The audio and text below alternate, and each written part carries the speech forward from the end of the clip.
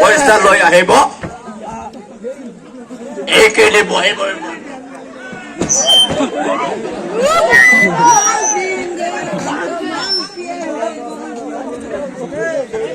মই মাল খাম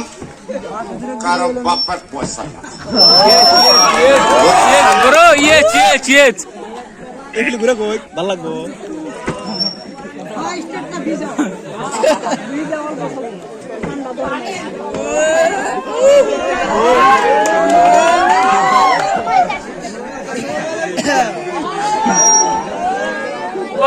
ঘৰত না বাজাৰ চাৰ একো নাই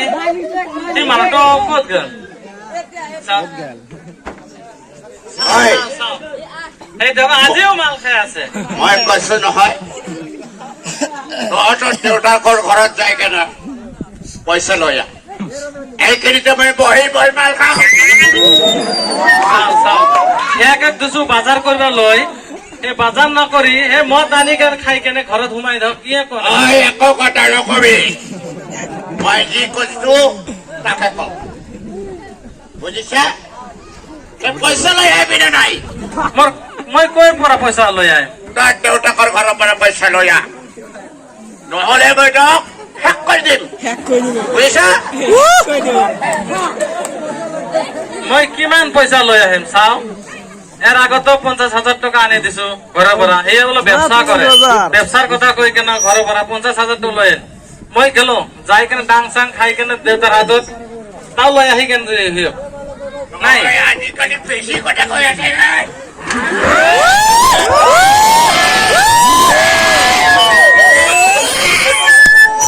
ও দেউতা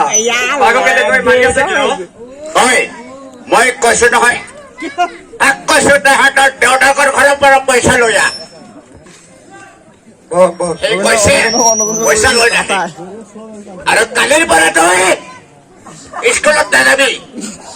বেলেগৰ ঘৰৰ পৰা কাম কৰি পইচা লৈ আহিবি এইখিনি কৈ দে পইচা লৈ মই মদ খাওঁ ঠিকে আছে দেউতা মই কালিৰ পৰা স্কুলত নাযাম কাম কৰিবলৈ যাম কথাটো ঠিক থাকে জান হয় আৰু মাকক নামাৰিব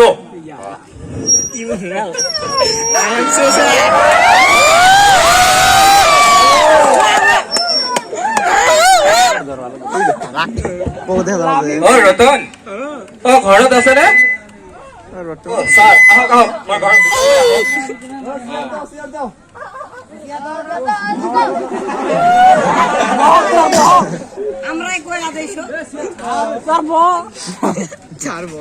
ৰতন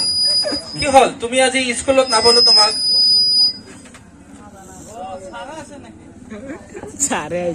স্যাৰ আছে নাকি আহিলো আৰু পিছে আজি স্কুলত আমি ৰতনক পোৱা নাই সেইকাৰণে আহিলো আৰু চাও কিবা হল নেকি আৰু এনে একো হোৱা নাই ছাৰ মই দুখেৰ কথা কি কম ঘৰত বৰ্তমান শান্তিয়ে নাই নাই সেই যে মোৰ ঘৰে মানুহটো মদ খাই কেনেহে কেনে হৈ আছে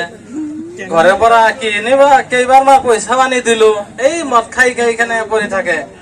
এই ক'তবা যায় কাৰ লগত মিছি মানে মদ খাই কেনে খাই এনেকে হৈ থাকে তাই কি কাম বন নকৰে নেকি ক'ত কাম কৰিব কাম চাম নকৰে পিছে ৰতন স্কুল নোযোৱাৰ কাৰণটো কি স্কুল নোযোৱাৰ কাৰণ এইটো মই কৈ আছো ছাৰ এই মদ খাই বহি মদ খাই ঘৰৰ পৰাতো এইগিলা পইচা আনি দিছো এইগিলা খাই কেনে শেষ কৰিছে ফিৰ মাৰধৰ কৰিল মোক কৰাৰ পিছত তাৰপৰা ফিৰ আৰু